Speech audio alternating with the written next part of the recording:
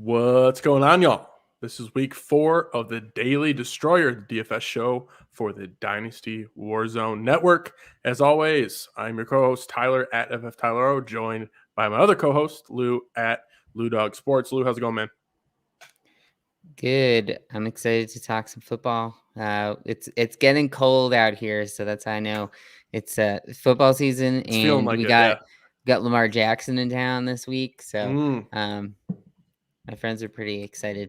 I have some friends going to the game, so they're excited to see old pal Lamar Jackson.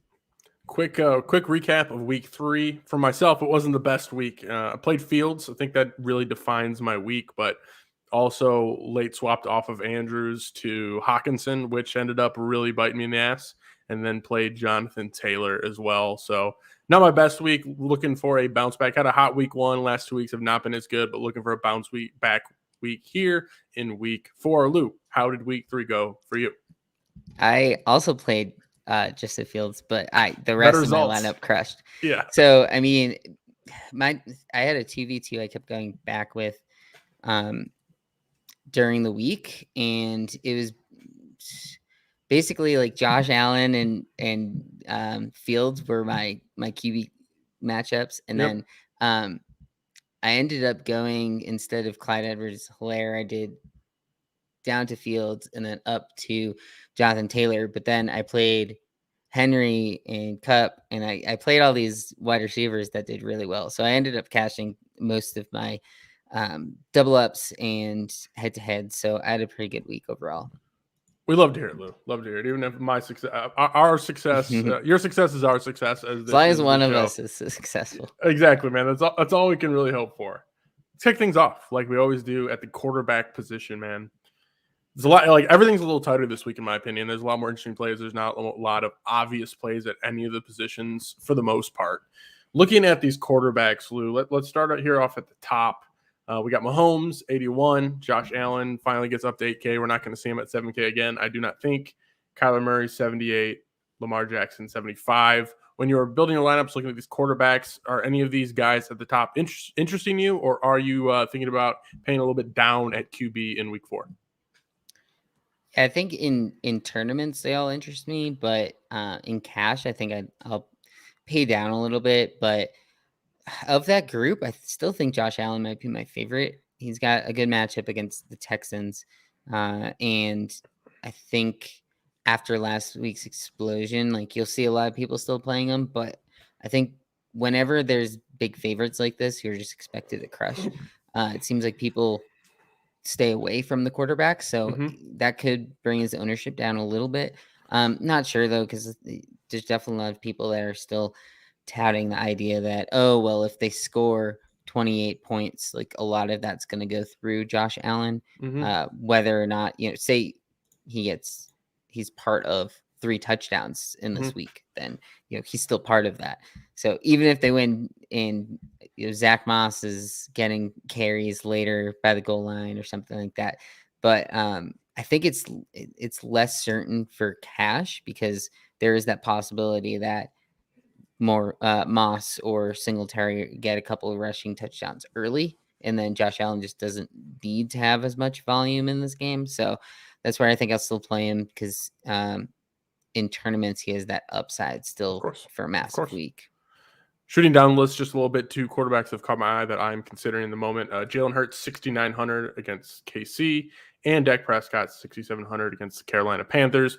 We've seen the floor on Jalen Hurts is good. The garbage time is also pretty good. He's been absolutely crushing this year. Definitely still rushing. We absolutely love to see that out of our quarterback. 6,900 is a little pricey, but at the same time, like, so far this year, everything has been good on the Jalen Hurts side of things, regardless of some pick 6, an interception or whatnot. The rushing's there and the passing is there as well. And then Dak Prescott, we know what he can do, and we know this Dallas-Carolina matchup is going to be of heavy interest of DFS players this week, especially considering some of the prices of these players in this game. Thoughts on Jalen Hurts and Dak Prescott?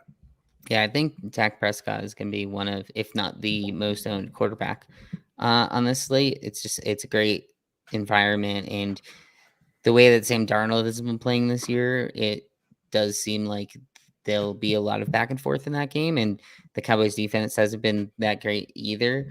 But like you said with Hurts, he's got one of the best floors of any quarterbacks on the entire board. And he's still under 7K, which is when it starts becoming a little more, I don't want to say concerning, but like you still have to be able to pass the ball a lot above 7K. But I mean, we saw it last week. He threw over 300 against Dallas, but you expect them to be trailing in this game against the Chiefs. So you expect them to want to be throwing or him trying to make plays on the ground. So I like the Hurts call, and I think Dak is likely going to be my cash game quarterback. Depends on the rest of the lineup, but he seems to be the guy I'm gearing towards. So the other guy that I'm interested in is the other side of that ball in that game, and that's going to be Sam Darnold at 6K, man. Like the rushing touchdowns, I don't expect them to keep going this way, but shit, man, like it is good to absolutely see. And it's CMC, being out, it changes the landscape of how this Panthers offense operates. But at the same time, like Darnold at 6K in a game against a not great defense, like he seems to be decent. Like Darnold, I'm not ready to take a victory lap and say that Darnold is good. He's a fine quarterback, but one thing is for sure is getting out of a Jets uniform, getting out of I guess technically New Jersey, has been good for his career so far. Things have been good. It's been an easier 3 weeks. The matchups, the schedule has been pretty soft for him, but at the same time, like Dallas Cowboys isn't necessarily a tough matchup either. So it's 6K. Like Darnold definitely has me thinking, and there's some stacks that we'll get to later that I think are looking pretty nice for him as well. So 6K, Sam Darnold, thoughts? Yeah, I love him this week for tournaments. It's an easy way for you to get similar exposure to the Dak stacks by in that game. But I mean, for 700 less, like what if Zeke gets a couple touchdowns and then it's not through the air? So that's where Darnold could easily outscore Dak. I mean, he's got at least 20 fantasy points in each of the 3 weeks. And at 6K, like a running back, not necessarily running type quarterback, but I mean, he's shown that he's not afraid to do that by the end zone. And with CMC out, like, will they lean on the pass a little more? Like they have a rookie running back in now. So I think Darnold is reasonably safe this week, I think. And the upside is there. He's got a couple straight weeks of 300 passing yards, and we know that the options for him to throw to are great. We'll come to that in wide receivers, but this game could easily blow out. And I think a lot of people around the industry are expecting that. So I think Darnold is a good way to be a little different in that game, but I still think he'll get some ownership. And then the final quarterback I want to talk about before I turn it over to you to bring up someone we haven't talked about, Justin Fields, man. 50, like absolute just killed us last week. Killed obviously more than you, but I mean, like what it was like less than 4 DK points.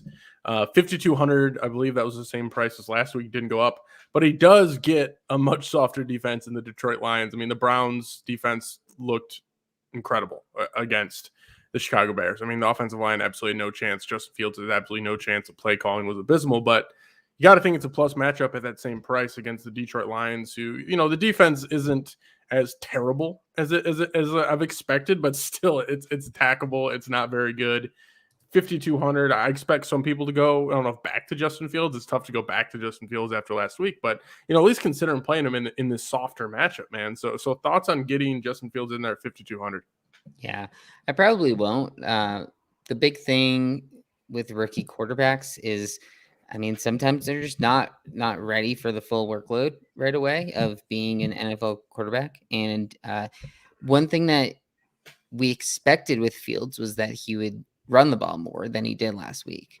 And so when he wasn't the starter, he was in there for designed runs. And then when he is the starter, he's not running as often. And we kind of, for him to hit that upside or even that, say, like 15 points to really get value, he's going to need a run. And I think last week he had some crazy prop that was like 54, I think, the over under for his rushing prop, and he was nowhere close to that. No, but no. I mean, for him to play, you got to have confidence in either legs or passing. And he was 6 or 20 last week passing. So I mean, it just seems like it's not there yet. And for 800 more, I could go to Darnold, who's way safer to like Darnold has to be a huge favorite between the two of who's going to score more points. And I mean, for Darnold to score 12 points, I mean, that I think would be like his absolute floor. And that might be like a median production for Fields.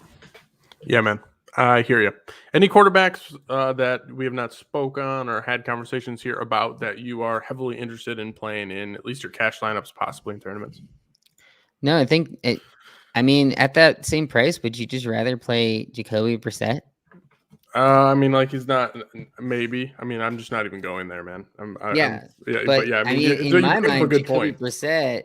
I mean, we've seen him do it more often. Like we've seen him run. He had a rushing touchdown last week. He threw the ball.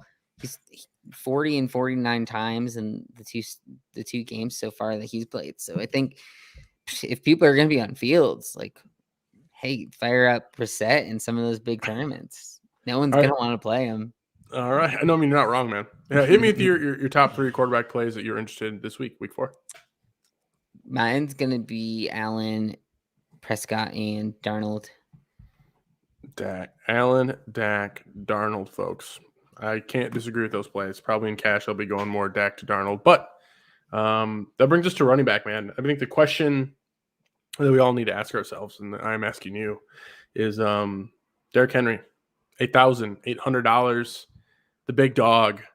They're playing the Jets. Jets are bad. They are a heavy favorite. There is no Julio. There is no AJB. Everything is set up for Derrick Henry to absolutely smash. I expect him to be easily the highest owned player on the slate without question. You know, the question is like, are you getting him in your lineup? Are you playing Derrick Henry?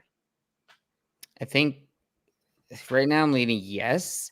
There's not really many expensive plays this week that you can feel that confident in. And the thing with Henry is usually it's him against you have Kamara or Cook or CMC, like these other big name running backs right around there, but you don't really have them as options this week. I mean, technically you have Kamara, but he hasn't really been doing all that much recently. No, I mean, it's not been he did easy get to another trust. 20 plus carry last week and facing the Giants. So I think in tournaments, Kamara is pretty interesting from a standpoint that like I think a lot of people are going to kind of forget about him. So Henry's going to be way more owned. I think it's kind of like play Henry in cash and play Kamara in tournaments. Mm-hmm. But I mean, you're facing the Jets.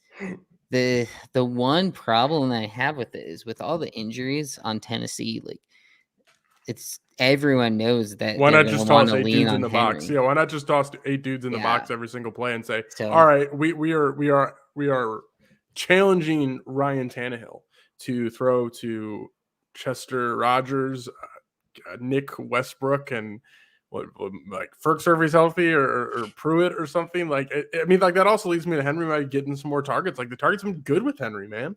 So it's like like could be more going to Henry in this game too. So there's just not a lot of talent, not a lot of options to throw to. So they could be in some trouble if they say, all right, we are committing to stopping the run. You're gonna have to beat us with the pass, and there's not talented options to pass to. Yeah. And I think the other issue I have with it is it's like, well, you're probably not going to play Kamara in cash this week, but then it's just like a huge fall off to who you would play. Like the next is probably Chubb at like 7K. But like, I don't know. Aaron Jones, 7,700, does kind of feel like he's been more of a bell cow this year with Jamal Williams gone. Yeah, so, but the Steelers' defense is still decent, man. And Watt's back this week, man. Well, that's what I mean. It's like Henry, or then you save 2K. Yeah. You know? Yeah, so there's just such a big gap versus normally you're like, well, for 300 lefts, you play Dalvin Cook or something. But I wouldn't play Dalvin Cook even if he was going to be in there this week. It's too risky. So that's sort of why I'm leading Henry right now. Let's kind of like switch things up. We're not going to talk about like zones or areas of RB cost here. I figure let's just talk about our RBs that we're interested in besides Henry, because I think there's a lot of them. There's a lot of running backs in consideration. I think our cash lineups cashing this week is going to come down to us picking these right running backs outside of Henry. So I'll kick things off here. One of my favorite plays that I keep going back to is going to be David Montgomery, 5,800 against the Detroit Lions defense. Mentioned it before. Don't need to tell people on the pod, on the video here, that the Lions defense sucks. Still not good, man. And Montgomery, the thing that I like most about him is, one, pretty locked in on the volume in terms of on the ground. But like this last week in week 3, like he was running routes on 73% of the dropbacks. So like he is like slowly carving away this pass catching role. Damian Williams isn't really offering much in terms of competition. And again, Tariq Cohen is out. So there is a lot of volume going David Montgomery's way. He's traditionally really gashed the Lions in the past.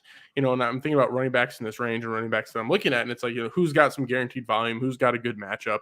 That's going to come to David Montgomery. And if there's concerns with like Fields throwing the ball and things not going well there, they could easily lean on David Montgomery in this game. And they've leaned on David Montgomery against the Lions in the past, and it has gone very well. And to see him down at 5,800 is something that I'm really interested in getting my cash lineups, because I believe he's going to catch some balls. I mean, easily could see 4 or 5 targets this week, catch 2 or 3 of them.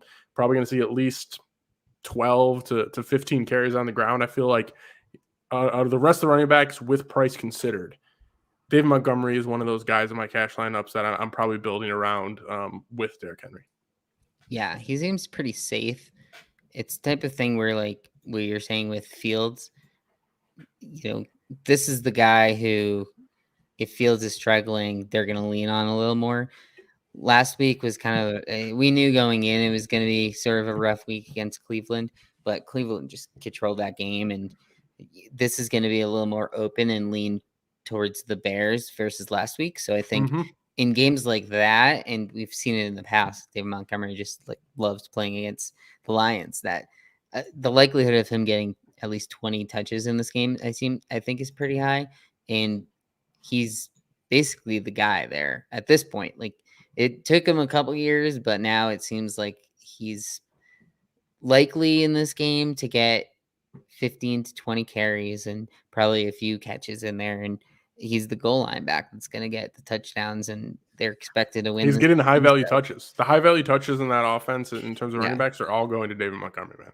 So he just seems like underpriced right now at 5,800. I think he's probably closer to like 6,500 true value in this matchup specifically as well. So, I mean, Montgomery, if you're scrolling through the DraftKings running backs, there's so many questionable tags on that list, and he's there with no tag, and it seems like one of the healthier options around there and most proven options. So, I mean, $6K for Kareem Hunt, but you have 5,800 for a running back who's probably going to get like 90% of the touches in the game against one of the worst teams in the league. Sign me up for Montgomery.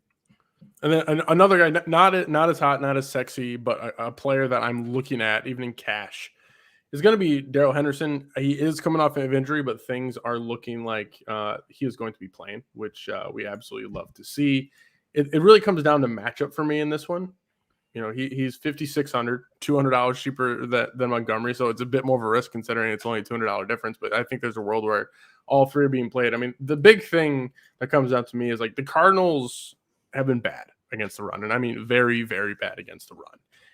And in the end of the day, it's like they are allowing the most yards before contact to running backs and also allowing the most yards after contact to running backs. They're allowing big plays to running backs. Like it's only been 3 weeks again, so of course, small sample size. But at the same time, like it is a great running back matchup, and we've seen Henderson, when healthy, absolutely dominate the backfield snaps. Like, is there a chance, they want to work Sony in, with the injury? And I think that is a little bit of a risk, and I think that's why I'm not as locked into him in cash games.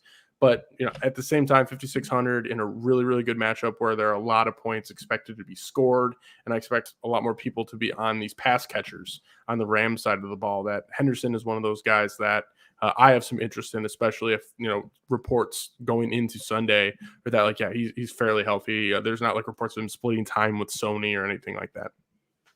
Yeah, my issue with Henderson, obviously with the injury, but I don't think he's going to get as many touches as someone like Montgomery. And I would agree. Part of that has to do with he's coming back from injury, but even we saw it in the first 2 weeks, he had 16 and 13 carries, and he's not that active in the pass game. And I mean, he doesn't necessarily have to be with all of their great options there, but Yeah, like you said, I think in tournaments, it's a great way to leverage off of the passing attack in that game. And if we were to end up finding out that he's not going to play in this game for whatever reason, he's not just healthy enough, then for 400 less, I think Sonny Michel's also interesting for the same reasons you just outlined. But if this ends up being a 50-50 split, that's where I'm It could hurt not you. doing it in cash, because I think that that's still potentially there, because it seems like, I mean, Sonny Michel the last couple games from an in-game, not as much from like fantasy standpoint, but from an in-game standpoint, like he's doing the job. You know, he gets asked to run 3-4 yards a carry, and that's just what he does. He hasn't been like breaking off big carries or having a bunch of touchdowns or anything. But the issue is with that offense is it seems like when they're by the end zone, it's Higby and Cup who are getting the ball, and it's less of the upside of touchdowns with those running backs. So I think for tournaments it's fine, because like you said, it's getting off of the passing attack, but I don't think I could go there in cash. Last guy I want to bring up is Deandre Swift, 6,200. Little up from last week. I mean, he didn't have a good week 2, but he cleared 23 DK points in week 3, 24 DK points in week 1. There are reports that the coach and the Lions are realizing, like, yeah, this guy's better than Jamal Williams. Like, he deserves more touches. He deserves more snaps. Like, we need to get more Deandre Swift out in this game. I mean, people, on Twitter are even talking about this guy being like a top 3 like dynasty running back as well, just because we know the talent is there as well. And what makes him attractive to me is just his role in the pass game. I mean, we're looking at 11 targets in week 1, 5 targets in week 2, and 7 targets in week 3. Like, a 5-6 target floor is absolutely there. A 4-5 reception game is absolutely there. Like, that's a great floor we love to see in our DK lineups. And then if he's still getting 10 to 12 rushing attempts, like that is a really nice thing to have. And he's getting some high value touches as well. He seems to be the preferred back in some of those high value situations. So at 6,200 in a game where I'm not necessarily sweating the Bears defense like I have in the past, this isn't the old Bears defense. I mean, as of right now, their run defense is 17th DVOA, so pretty average, and they're allowing the 20th most yards allowed per carry. So, middling to below average run defense as well. So I look at this at Swift at 6,200 as a guy that, I have some interest in, just because he does have some of that. He does have a ceiling. Like, he has a breakaway speed. He can take the ball there. So 6,200 Swift with projected a bit more uptick in opportunity. Thoughts on Swift? Yeah, in a way, he's kind of got the Kamara role in this offense, where he's not necessarily going to have 20 carry games, but because of the red zone flow and targets, of these games, he's getting more passing, part of more of the passing game than a lot of other running backs in that price range.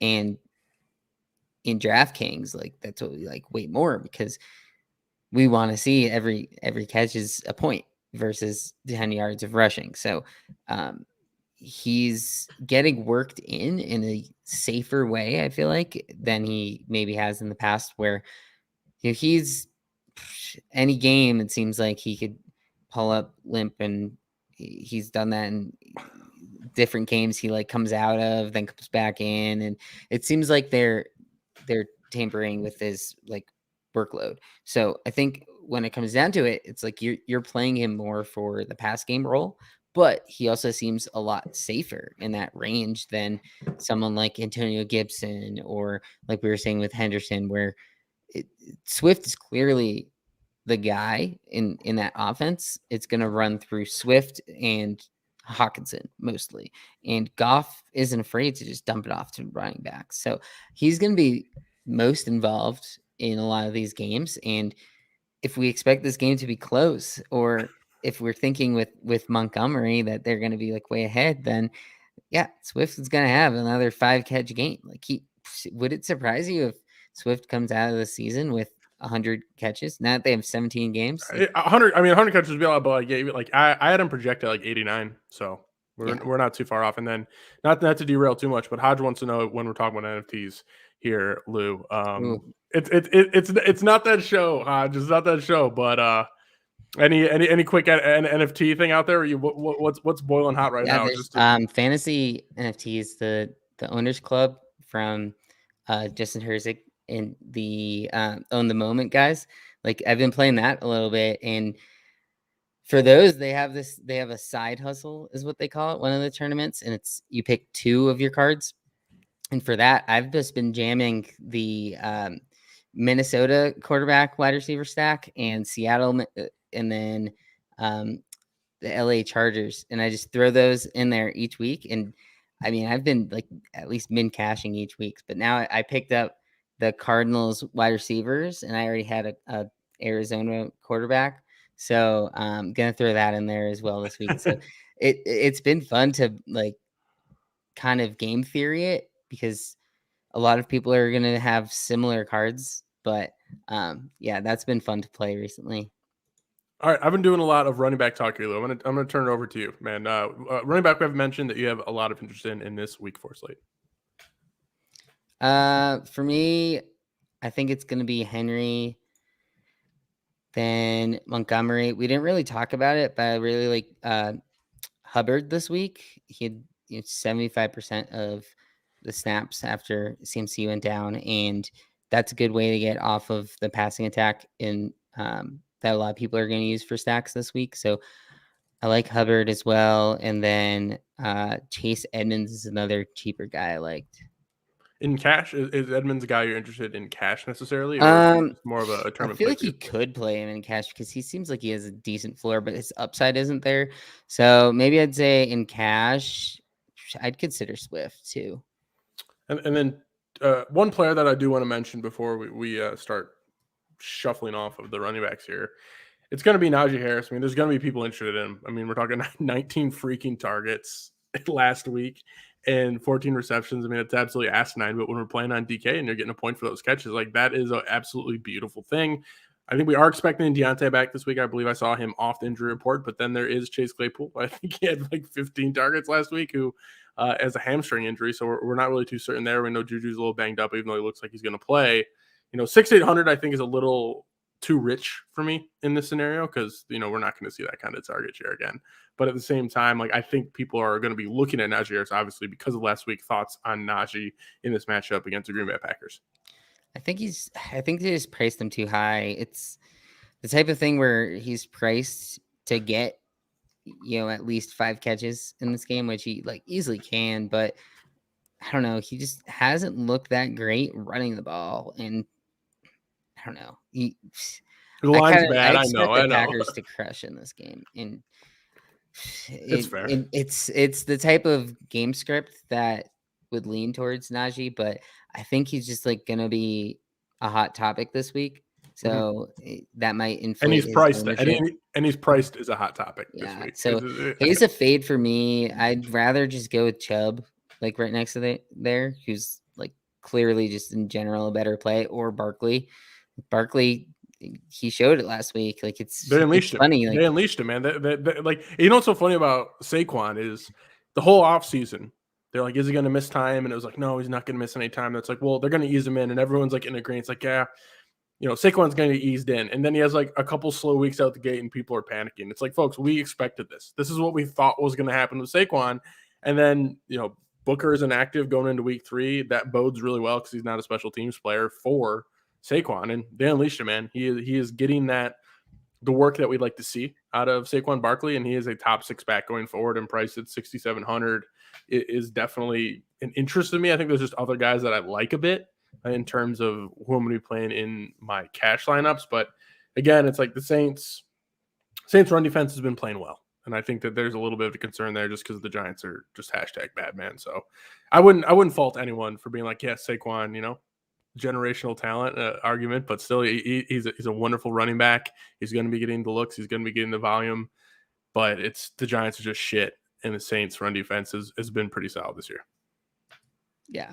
I think he's fine. Like I'd rather play him than Harris. Definitely. Agreed. And he's got similar role to Montgomery, doesn't he? So I think if we like Montgomery, the only difference is like he's on the road. It's at the Saints, and like they're the Giants. So Yeah, I mean, they're almost like I think the Giants have they're almost like a touchdown dog in this one. yeah, So it's so like it's not like the there's best. things are working against him this year, no doubt. Any running backs before I ask you for 4 running backs that you are the most interested in as of Friday night for the Week 4 slate? Is there anyone that you'd like to talk about? No, I think we basically talked All about right, it. hit me with your top 4 running back plays as of Friday for the Week 4 slate on DraftKings. Yeah, I'll do Henry, Swift, Montgomery, and Hubbard. Pretty straightforward there, folks. Shifting over to the wide receiver position. I want to kick it off with this question, man. Are we at a point this year where we are just saying like we're playing Cooper Kupp in cash until they price him appropriately? 7,800. The price is continuing to rise. For good reason, man, because the dude has been looking like an absolute stud. But at the same time, he's 1,000 more than he's been all season long. 6,800. Are we still playing Kupp in cash? I don't think I'll play him in cash. It depends. If you don't play Henry, then you're gonna have a lot more money to spend up on someone like Kupp.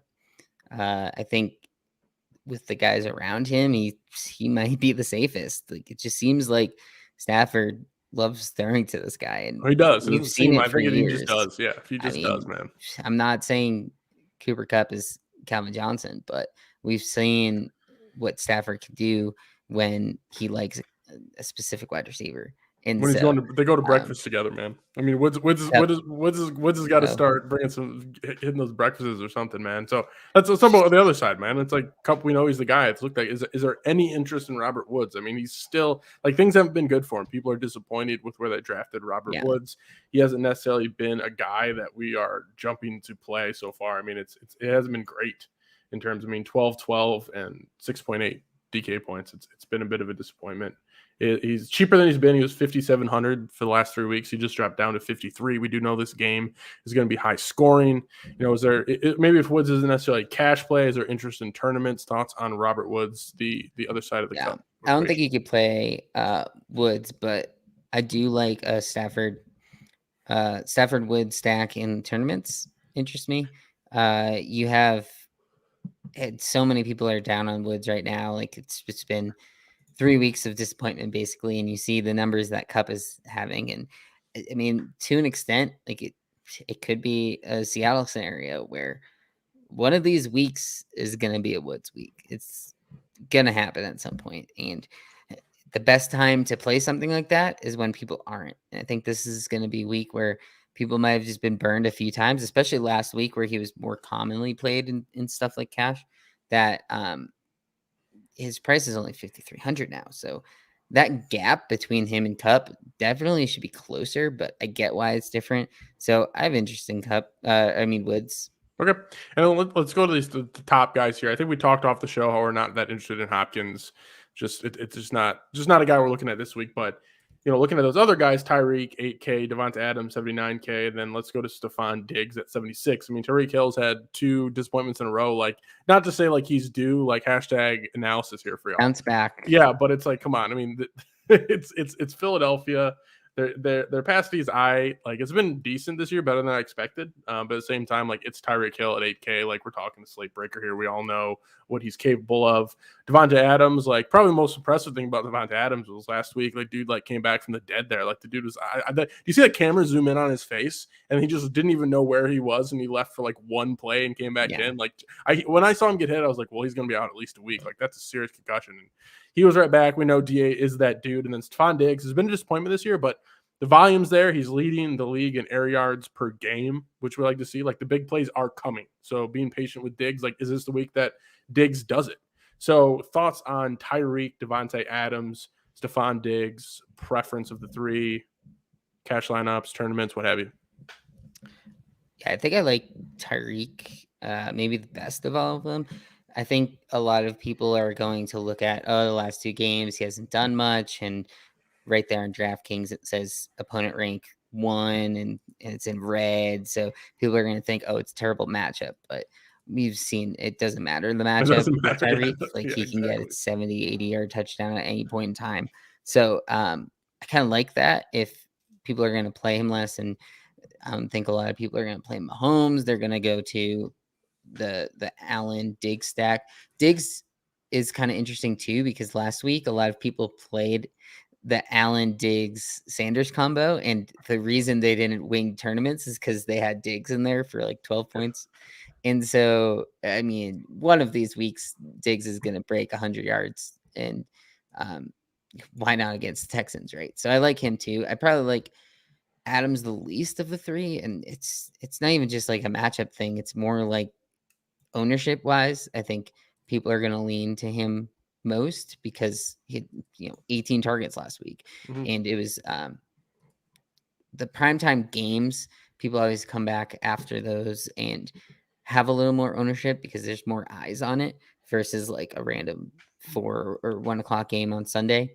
So that's where I think I like Tyreek the best of them. But in this range, I'm going to likely stack them with the quarterback. So I'll be playing a Mahomes Tyreek team or an Allen Diggs team. But I don't really have that much interest in Rodgers this game. I just think that is going to end up being a low scoring kind of grudge match. And then one player that immediately stuck out to me as somebody that I was like, oh, like this price doesn't seem to be making a ton of sense, and that's going to be our man DJ Moore, 6,600. He has looked like the alpha, looked like the absolute preferred target, in this offense thus far, with CMC gone.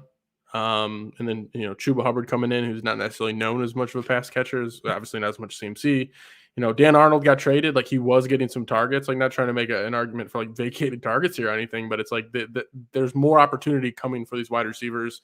Robbie Anderson's been a disappointment. Terrace Marshall's been fine for a rookie, obviously, is like the third option, but it's like it really leaves DJ Moore in a position to be that number one guy in this offense, in a game where we expect there to be a decent amount of throwing and a decent amount of scoring, as we have alluded to before. I mean, we're talking about a guy who's gone week 1, he was 15 points on DraftKings, and he went 21 to 23. He has seen his targets go as 8 targets, 11 and 12. He's getting the looks, man. He's looking really good. It's still only scored 1 touchdown on the year. If I'm playing Darnold, it's tough for me to not get DJ Moore in there at 66. Even if I'm not playing Darnold, I'm still heavily favoring DJ Moore this week. Yeah, I like DJ Moore a lot.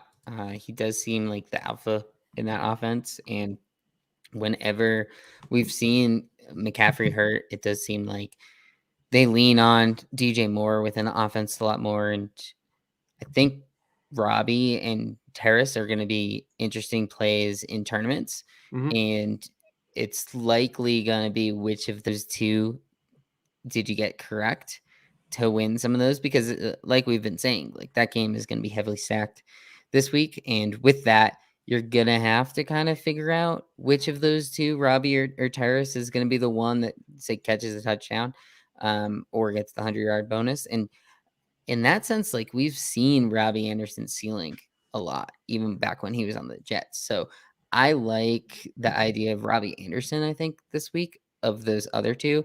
But yeah, for cash, like DJ Moore at 6,600 seems like a screaming value to me. Let's talk about the Cowboys side of the ball, because we talked about Dak as a player that we're targeting, and that immediately is going to have to lead us to CeeDee Lamb at 67, Amari Cooper at 6. Bit of a gap there, but at the same time, Amari Cooper has disappointed back-to-back weeks, and CeeDee Lamb kind of disappointed last week. So they're affordable. Both these wide receivers are affordable. We've seen what they're capable of in week 1. We know what Dak's capable of. So if you're playing Dak, even if you're not playing Dak, interested in CeeDee Lamb and Amari Cooper. Yeah, I think they're both pretty interesting this week. Also pretty commonly owned, I'm sure. CeeDee Lamb is 6,700, and I feel like he has, in a way, like a lower floor. But I mean, we've seen both of these guys get targeted a ton this year. And if we're already interested in Dak, then these are the two guys we want. Amari Cooper at 6K just seems egregious, but some of that has to do with the fact that he's just kind of had 2 straight duds. So similar to Tyreek, like, is he going to pop this week? I think Lamb is probably safer, but I mean, Cooper, is he back to the boom or bust days with him? Or he's going to be good for tournaments, but maybe in cash, Lamb is more of the cash play. Question in the chat. Ray. Howdy. Hey, Ray. Good to see you. Who are you and what are your credentials? So I'm Tyler. This is Lou. We've been doing DFS shows for about 3 years. Part of the Fantasy Hot Read prior to this year. And then this year we got picked up by our good friends over at the Dynasty Warzone to deliver some DFS content. We specialize in doing mostly cash games. Most of our advice is for cash games, even though obviously if you've been listening, we do throw some tournament plays out there as well. And talking DraftKings for the most part. I like to keep it simple, just talking DraftKings plays. Credentials, it's tough to say. You know, I'm an above average player, I would say at times. Last year I was finally ended up with some profits, but Lou is the main man here. I've seen Lou take down some 5-figure and 4-figure tournaments in the past in multiple different formats. Lou is the brains. I'm here just chatting, keeping things rolling. Oh, Ray. This is new, man. This is new. Ray. Ray's may not be there. Ray, man.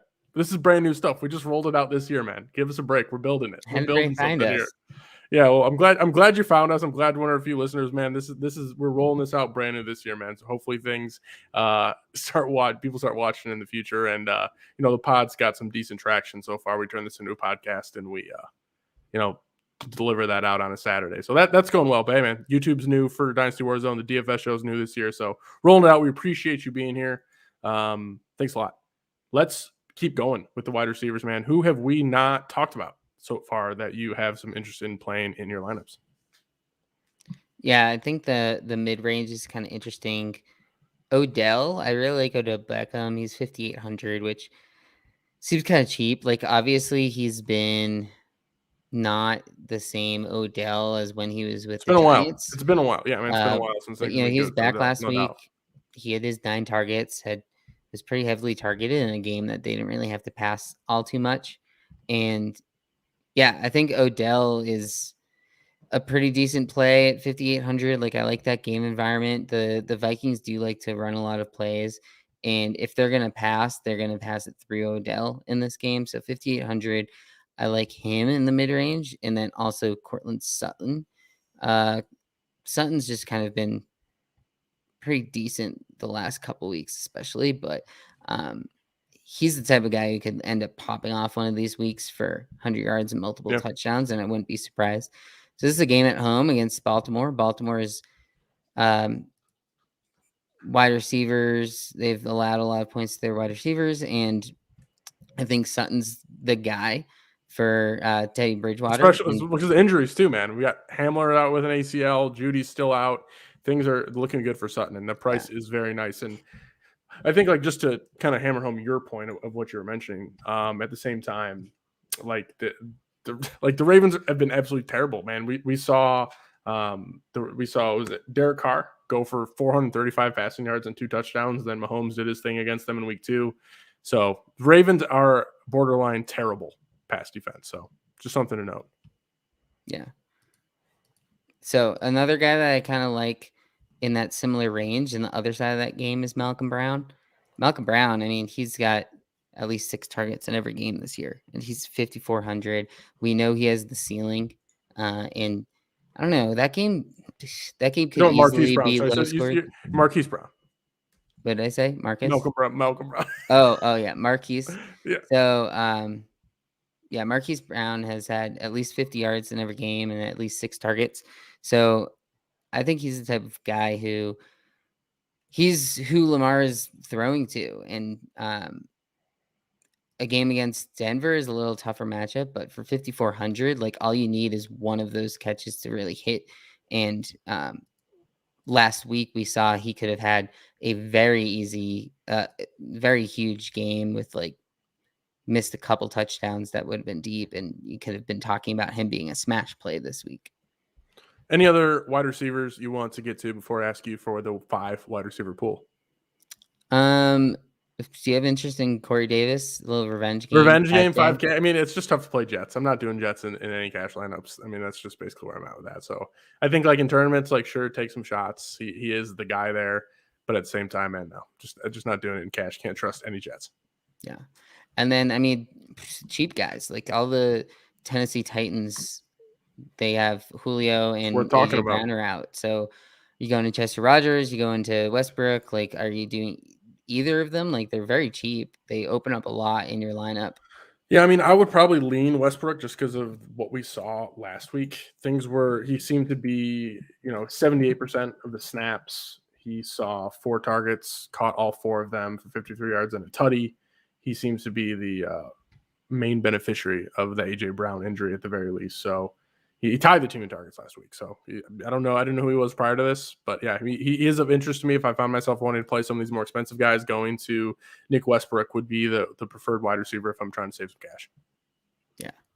Yeah, I think that's going to be one that could easily see one of them going off, but I don't necessarily think you have to go that low. So I probably will stay away because in a lineup like that, I'm likely to have, say, like it would be a Tannehill stack.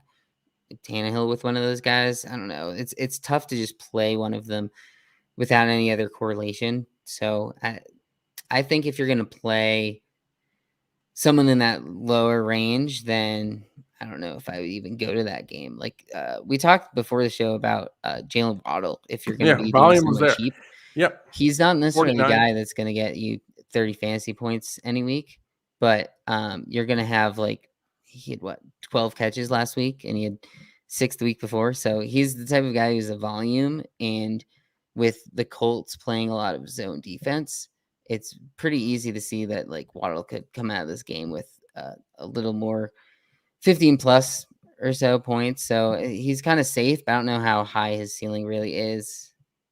Yep, fair enough. I think the ceiling is there because I've seen what he's been able to do in college. Like he can break away shit. That just did not happen last week. So I'd say the ceiling is there. I have a little more interest in Waddle personally, but at the same time, I get it. Especially with Fuller looking like he's going to be healthy and Devontae Parker still operating there. And then Gesicki all of a sudden came back alive with Brissett. So it's tough to figure out where these targets are going to go. Pool of 5 wide receivers. Feel free to add one and give us a little more context. Yeah, I'm gonna go with. Let's see. I'll start with Tyreek, Lamb, Odell, Sutton, and then I'll go with Robbie Anderson. Another one. All right, Robbie Anderson. I like that's kind of a deeper toss there. Yeah. Let's go to the tight ends, man. We have not been playing the more expensive guys, but let's start there. Kelsey, Kittle. Those are going to be not even Kittle. So let's go Kelsey, Kittle. Kittle looks like he might not play. Hawkinson. Let's throw Andrews and Pitts in there. Any interest in getting Kelsey and then some of these guys right under him? Yeah, I think Kelsey every week seems to just be he gets there, and he's got at least 20 points in every game this season. He was doing that all last year too, and he's the type of guy who could get over 100 yards or multiple touchdowns in literally any game. Doesn't matter the matchup. So, yeah, Kelsey's fine. The only issue is he's 8,100. But like we've talked about this whole show, there's not a lot of great pay up options. So I don't necessarily think it's bad to go to Kelsey this week. If you're not playing Derrick Henry, then it's pretty easy to fit Kelsey in those lineups. I think tight end just a little tougher this week than usual. I kind of like Logan Thomas at 4,900 against the Falcons defense. He's another guy who's more of a volume play, and he had been a volume play all last year too, but it seems like he's getting more touches in the red zone than in the past. So he has the upside of getting touchdowns along with 5 to 8 receptions. And against the Falcons, we know that their defense just isn't that great. And I don't know, would you go back to Kyle Pitts? Would you do it again? No, man. I'm not going back to Kyle Pitts. It's tough at this point. The pricing. Let's just start talking about some of the guys that we are interested in at this point. And I think that going down the list, Evan Ingram, 3K. Right, let's talk about that real quick. 6 targets last week. They're easing them back in, 59% snap count. They're without Sterling Shepard. They are without Slayton. So, at the end of the day, it's there is going to be some volume going Ingram's way. And they don't seem to like Galladay much. He's been limited. Maybe he's just not that great. And yeah, maybe he's just not that great. I mean, the Giants aren't great. It's tough to say. But at the same time, at 3K, still getting 6-7 targets thrown his way. If if I'm looking at some of these cheaper plays, Ingram is one that sticks out to me at 3K. Any other of those guys in this range that you are interested in looking at? Yeah, I think you kind of said it like with Ingram, like he's the one that I'm most interested in at 3K. Just with the injuries around there, and he could come out of this game with like 3 for 30, and it doesn't really hurt you that much. But it seems like that's probably his floor in this game.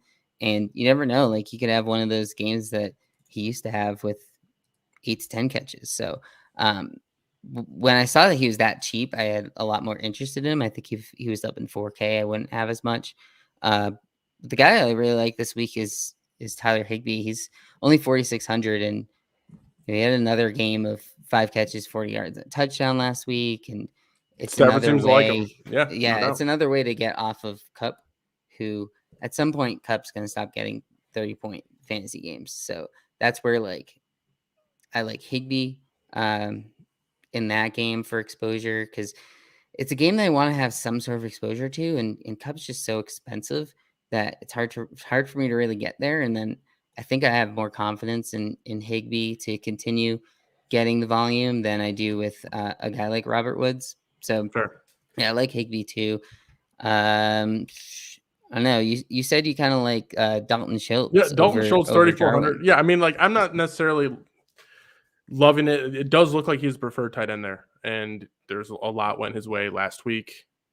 3,400. Like we're talking about like punting tight end at this point. So Yeah, he's a guy that I've looked at in terms of like I think Jarwin. Not that Jarwin is dust. Jarwin's still gonna be out there playing, but at the same time, Schultz 3,400, 5 or 6 targets going his way.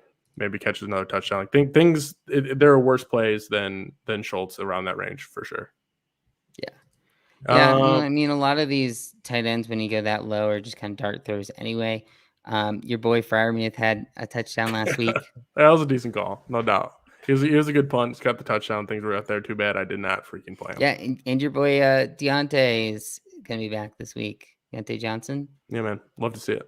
Who are your 3 tight ends that you'd be looking to play this week? 3 tight ends. I